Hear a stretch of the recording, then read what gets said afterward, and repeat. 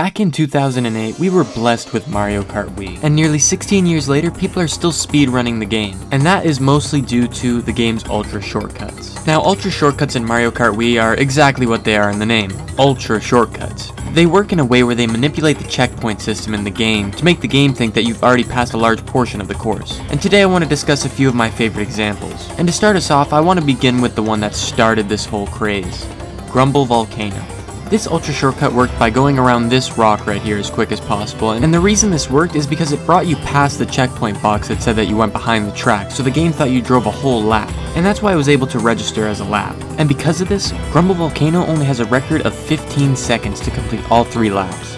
And you'll notice with all these shortcuts, they all follow the same formula. They take something that can get you past the finish line without registering that you actually went behind it, and access the last key checkpoint. Another one of my favorite examples of this is probably the Wario's gold mine trick. If you can get this clip just right on the pipe, then you're able to spring up through the ground, because there's no collision on the bottom half of the track, and tap this checkpoint box right here. Once you do that, you can head back to the start line and register yourself another lap. Wash, rinse, and repeat, and you can have a record of under a minute in Wario's gold mine. And because of this trick, Wario Gold Mine's 3-lap record is only 31 seconds.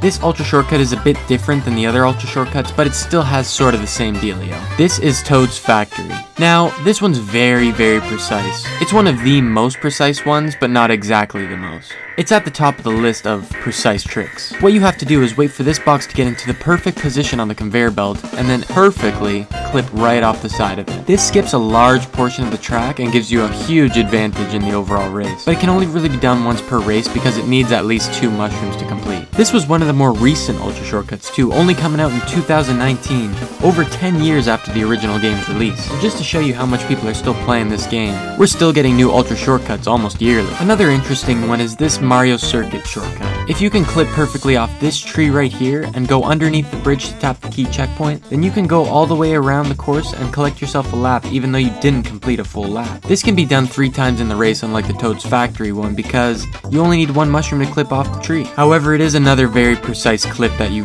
really need to know what you're doing to complete. However, one of my favorite, and if not the best ultra shortcut in Mario Kart, is the Rainbow Road Ultra Shortcut. This shortcut was never really thought to be possible by a human, until a human did it. A player named Arthur was the first ever to beat this course with the ultra shortcut implemented. What this required at first was 2 mushrooms and a perfect clip off the fence. And I'm talking near perfect. So when Arthur finally landed this, the whole community went up in flames. Everyone loved when they saw this shortcut, and they were so glad that it had finally been completed by a human. However, very recently, there was a man who was able to do this shortcut twice in a race. That's right. No longer did you need 2 mushrooms to complete this. It was now possible to take this ultra shortcut twice in the map. And the man to do it was Danny Boy. He set the record at 1 minute and 24 seconds. It was an amazing feat, and I want to show you the clip right here.